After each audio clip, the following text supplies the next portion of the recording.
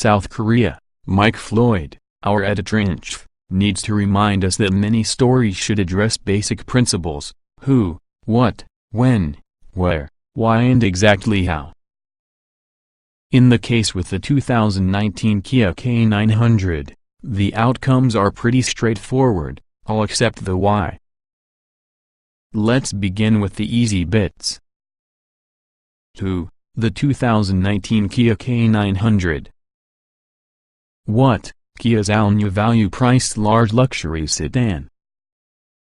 When, this fall. Where, your local Kia dealer, but to me, this try took place in Kia's homeland of South Korea. The how take a bit longer, but I can sum it up by stating that the K900 does exactly what does really well. The new K900 is founded on the same architecture as Kia's sporty Stinger, so that as with its sibling, XBM engineer Albert Biermann stood a hand in its development. You can feel his influence in the first turn with the wheel, where the old K900 was softly sprung and isolated, a sensible tune for traffic-oaked soul. The another one feels noticeably stiffer plus more buttoned down, though still comfortable and compliant. I purposely dive-bombed a number of potholes, searching for the clunks and rattles that belie deficient or discount engineering. Nothing doing. The K900 delivers the sort of composure I expect from German cars, and that I suppose I should now expect from Korean cars with German engineers the boss. Seoul's suburbs usually are not exactly a bastion of curvy roads, and what tantalizing turns I found were watered down by slow speed limits and slow-moving traffic.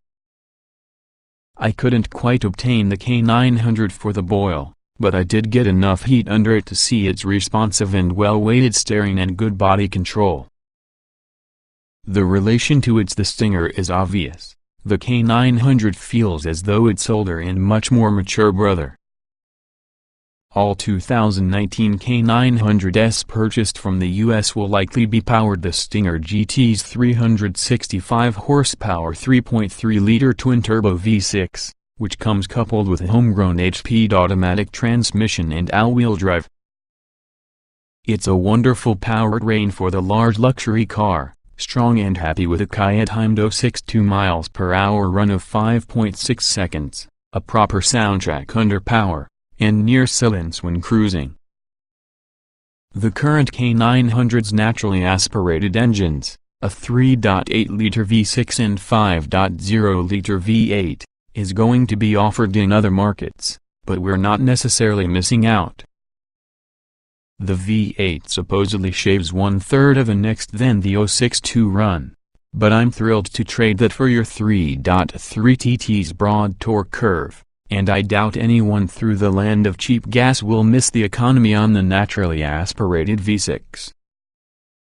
Of course, an extravagance car ain't an extravagance car if there ain't no luxury. Kia in the past mastered the skill of high-quality switchgear and materials, along with the 2019 K900 raises this for an even higher level, with metal speaker grills, detailed stitching for the door panels, and contrasting color piping for the seats. Like many luxury cars, the K900's dash features an analog clock, but Kia's was made by Maurice Lacroix. The overall impression is usually that the K900 is not only a pretender. It is, as my British friends would say, properly posh. While may well have the technical wizardry of any top-end Benz or Beamer, the newest K900 certainly have their share of surprise and delight features. New towards the K900 are reclining rear seats, just like you'll discover in the top-ended Genesis G90. Along that has a 17-speaker Lexicon stereo. The infotainment system turns into a higher's 12.3 widescreen display plus the ambient lighting package offers 64 colors, 7 which often were specially put together by Pantone. The video screen instrument panel is terrific, with crisp graphics and silky-smooth animation. Jaguar, you must take notes. My favorite feature could be the 3 separate gauge displays, each tuned to one in the K900's three driving modes: Comfort, Eco, and Sport. There's additionally a driver programmable custom mode. Transitions between gauge displays are manufactured with eye-catching animations. In case you prefer one gauge set above the others, it is simple to lock it in. The IP also functions as the display for your K900's nifty side view cameras, which show a wide-angle view on the left or right displayed around the corresponding side in the gauge panel if you hit the turn signal. Puts Honda's lane watch to shame, doesn't it? One Kia exec said, and I agree, so it does, though the Honda's right side in the camera displays around the center screen, along your eye's natural path because you look in the side mirror or over your right shoulder. The K900's technique is awkward to work with. United generally doesn't and doubtless shouldn't look down for the instrument panel when changing lanes. Surprisingly, the K900 doesn't give you a panoramic sunroof, a bizarre emission automobile that treats rear seat passengers so well. And I was surprised the front seats don't employ a massage function, especially since they do have inflatable lumbar and side bolsters, the latter automatically tensing when sport mode is engaged. Kia hadn't announced pricing in the time of my test out, but they also said to expect a better starting price and also a lower high end than the actual K900. That would put the modern car from the mid to high 50s, a real bargain for the roomy luxury yacht with all the comfort and composition of any Mercedes class or perhaps a BMW 7 Series.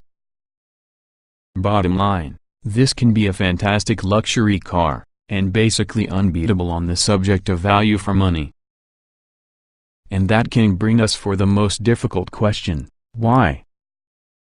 Because as good since it is, the Kia K900 makes 0 sense. None whatsoever. For another thing, the present car isn't selling.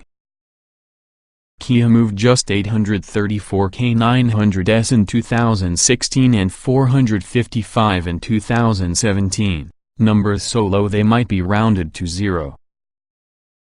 For comparison, Mercedes sold nearly 16,000 S-Class cars in 2017, and in many cases Maserati been able to sell 1,700 quadruports. Sure, the modern K900 is often a better car, though the old one was only fine. Its flagging sales have little to do with all the product and everything to do featuring its position within the segment. Kia is fielding the K900 being a value-priced luxury car, but I would believe that value is anathema to luxury. Everyone likes a good deal. You'd be nuts to cover $100,000 for just a given Mercedes in the event you could get precisely the same car for $90,000. But in relation to buying luxury cars, everyone seems to be looking to pay to get a name. They want to be noticed. And what's wrong with that? If you've worked tough enough to afford a $100,000 Mercedes, you've earned a couple of jealous stares. Never mind what individuals might say in marketing clinics, value for money is usually not a primary purchase motivation for big, ostentatious luxury cars, along with the moribund sales in the K900 prove that. And then there's the fact that this K900 is usually a major wrench within the works of Hyundai Kia's new luxury brand, Genesis, which features, you guessed it, high-value luxury cars. I can't help but wonder about the quality of corporate dysfunction it will take to allow this to occur. One could argue some great benefits of internal competition. After all, consumer goods companies pit their brands against each another constantly. But what works for laundry detergent doesn't be employed by cars. You won't find Buick launching models that compete directly with Cadillac, as well as the nearly identical Chevrolet and GMC pickups manage not to ever step on each other's toes. It would be much better for that parent company should the Kia K900 were part on the Genesis lineup as an alternative to competing against it. It's in contrast to the K900 even fits Kia's brand image. Over the past 2 years, Kia has built itself as being a purveyor of youthful, sporty vehicles that contrast nicely with Hyundai's old designs, which in turn stop well in short supply of Genesis luxury. The K900 fits Kia just like a harp fits huge metal band. What kills me is the time, money as well as wasted on bringing the K900 on. The US might have been invested in federalizing a model we aren't getting, the Kia Stonic. This oddly named but handsomely styled subcompact crossover will be a perfect foil to the Mazda CX-3, Honda HR-V, and Mini Countryman. It's small enough never to compete directly together with the Hyundai Kona and hip enough to suit the Soul and also the Stinger. I'm sure the Stonic is nowhere close to profitable as being the K900 on the per-unit basis, but small SUVs are one on the hottest segments from the biz, as the K900, good as it can be, is perhaps all but sure to fail. I'm no financial whiz, but I bet Kia makes a lot more money selling 50,000 Stonics a year than 1,000 possibly even K900s. Worst coming from all, the K900 causes it to be impossible to me to do my job. Telling you the who, what, when, where in the way of the 2019 Kia K900 isn't problem. But why? Beats the ever-loving crap out of me. Sorry, Mike. 2019 Kia K900 specifications. Fall 2018. Price: $55,000 base, estate. Engine: 3.3 liters twin-turbo DOC 24-valve V6 365 HP at 6,000 revolutions per minute, 376 lb-ft at 1,3004, 500 revolutions per minute.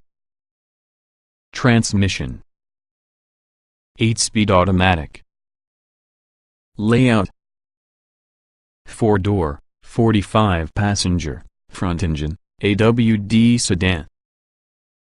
EPA mileage: NA. LXWXH 201.6 by 75.4 by 58.7 inches, wheelbase 122.2 inches, weight 4,642 pounds, 060 miles per hour, 5.5 seconds estate.